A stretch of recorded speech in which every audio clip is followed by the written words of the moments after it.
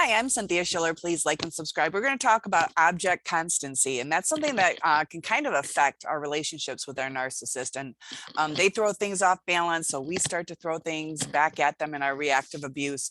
So object constancy is where you have a hard time maintaining positive feelings when you're hurt or angry or frustrated, when you start going through some emotions, usually during those arguments.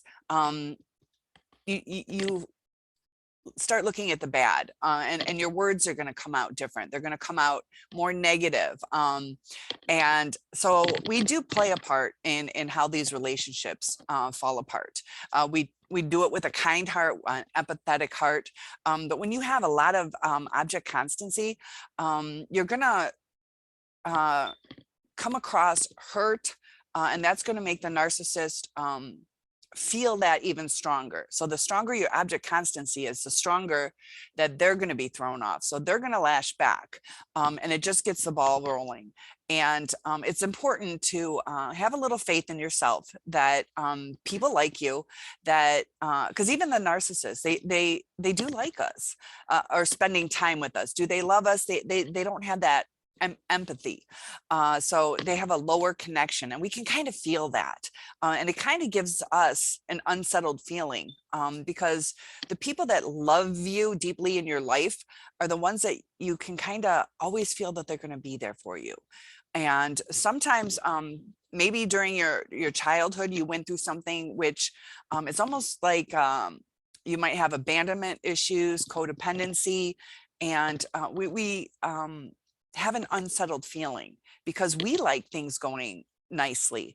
And when we start to argue or get hurt feelings, we start to look at the negative, which puts a focus downward instead of upward. And it changes your speech pattern, also your facial expressions and the energy level. So we're feeding off of negative energy now, and it's important to just try to focus that who you are, that you're not that disposable, because that'll make you more disposable, because you're kind of a self-fulfilling prophecy. Now, I struggle with that. It's like when my ex and I would argue. It's almost like we have to have sex now. I had something in me where it's like I don't like what I'm feeling, and it's like you feel the pulling apart, and that's not a healthy reaction. It was me trying to rebalance to say yes, you're wanted, and it's over little arguments or something. So when I start doing that, it's like a reward for him, whether it is actual sex or he could deny it, but he has control, he has an ego stroke. So his needs, whether it's physical or emotional, he feels like, yeah, we can argue, like she's still like, man, she really does want me, she wants me more than normal. And so it can be very destructive. And once they have that power, they don't focus on what our needs are or what we're feeling. And I just thought it was important to understand that that's where we start getting clingy, or over compensating, to where we'll do anything because we want to squash our feelings of maybe like an insecurity, something that we've gone through in our lives is floods our mind subconsciously to where we want to make it better, and we want to make it better so bad, and we are so scared of losing the person that we actually push them away. So is a narcissistic relationship healthy? I am not saying it's healthy.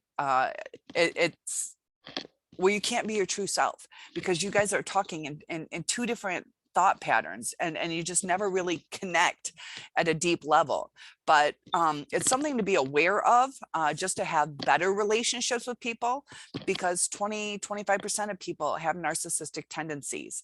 And as you're going through life, you're going to run into 1/5 of the population, 1/4 of the population. We have to get along with people. And it's just something, instead of feeling this overwhelming sadness or neediness or insecurity, to just build yourself up instead of build yourself down. Is that good English? I don't know. Tear yourself down. So you're your best friend.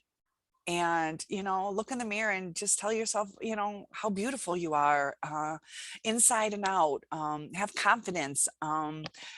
Know that, you know, all the good things that you've done for people, you know, that you focus on the positive. And when you fill your mind with all the good things that you've done in life, that's what you believe. And you can validate it. You can see the things that you've done. I know in my life, it's been frustrating when you're like, I've done this, I've done that. And we have to realize, you know, people aren't always appreciative, you know, and we got to balance, like, how much do we want to invest in this person? You know, are they just taking and taking, or are we investing in the right thing? If you're going to invest in stocks, if it's just going to keep going down, down, down, down, down, do you pull out with something left? Or do you just let it completely deplete? You can take, even if it's just a little bit that's left, you can take that and invest it in the right areas of your life, and that can flourish. So I had a really good comment on somebody who was, you know, kind of ruminating over somebody, feeling a loss over this person, trying to understand it. And, you know, fate just happened that another good person from their past met up with them, and now they're doing really good. Sometimes when we focus on the wrong thing, we close the door to the right thing. You know, for me, it was really easy over COVID to kind of let yourself mope, because now you're like, I don't have to go out.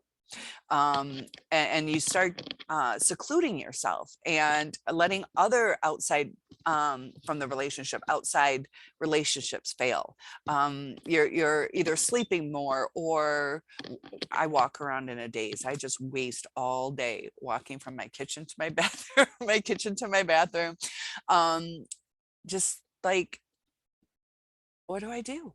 You know, because part of my healing was, I was so invested in, you know, let's communicate through this, and trying to be patient and coping with the, you know, like, this is taking forever, and I'm going on your words, and now I'm starting to question your words, and just the mental stuff of, do I say something? Do I not say something? How do I say it? We wasted all that time. You know, I could have done I sew, and I could have made, you know, a whole new wardrobe instead of just, you know, I don't even watch TV. I got CNN on, but that's a lot of wasted time just walking around. It's not even like I enjoyed a couple TV shows. It's just getting in this terrible groove. And objects in motion stay in motion. So focus on the good.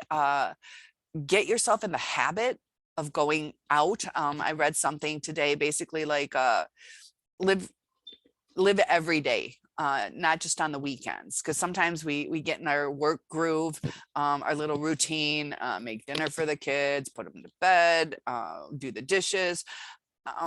We forgot to do something that, you know, was healthy for our life, whether it's take the kids to the park. So maybe we can talk to another mom or dad, or I don't know, do a workout, you know, meet some people, go to the gym, or go to one of those paint and pours. My sister used to do paint and pour, and that actually turned out really nice. You know, and you have this pride that, holy smokes, like, I cannot draw, I can't even draw like stick figures.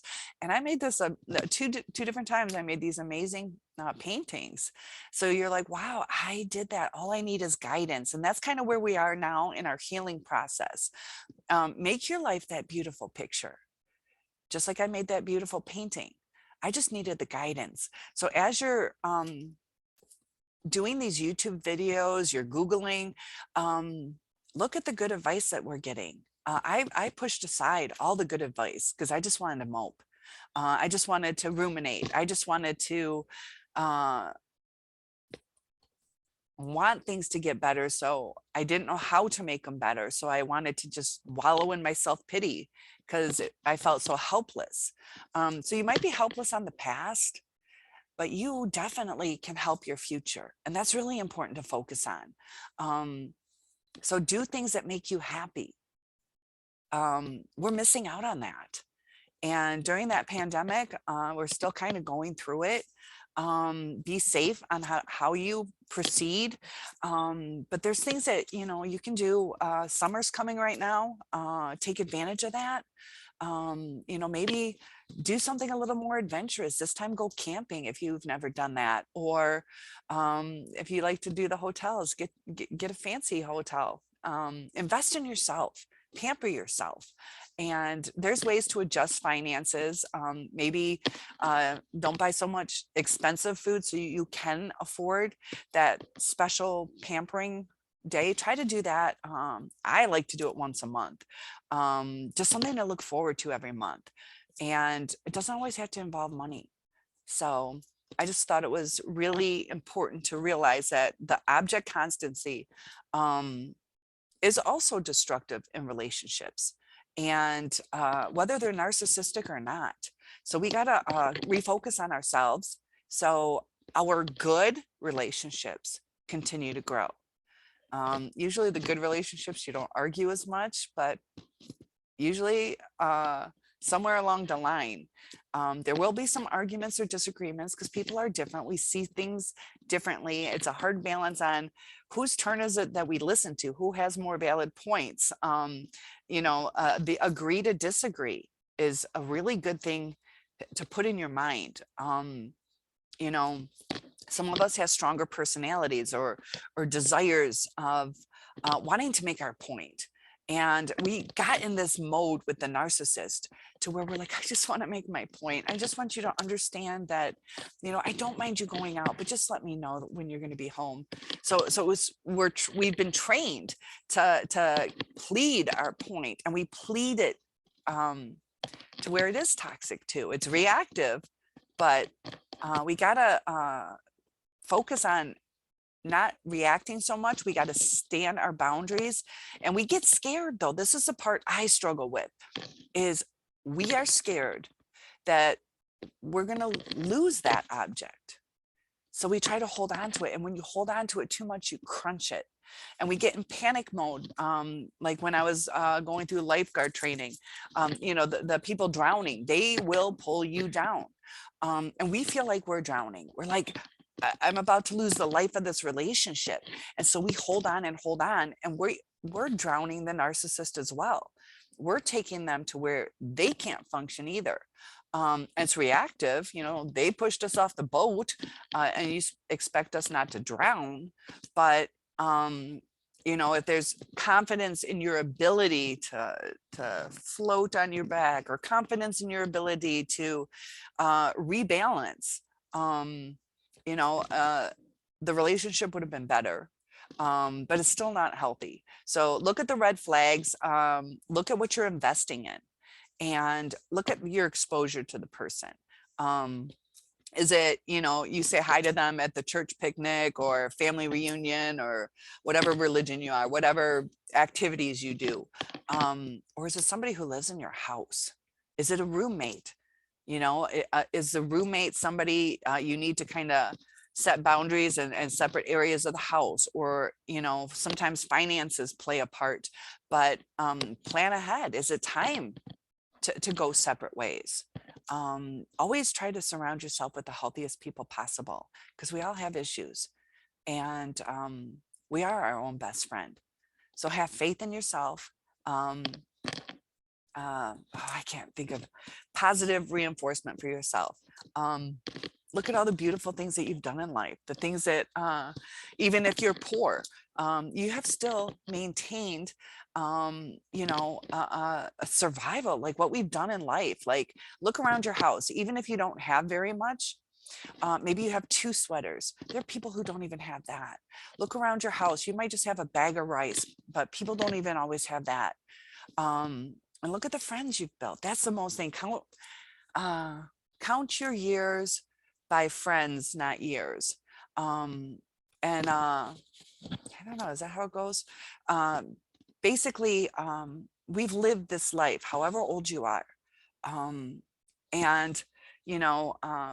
We can only maintain 50 to 150 close friendships, is what I read, psychology facts. But look around you though. Are you living life and getting older by adding friends?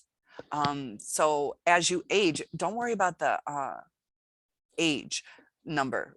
Worry about you know, extending out your friendships and the people that you know. And that's where your comfort's going to come.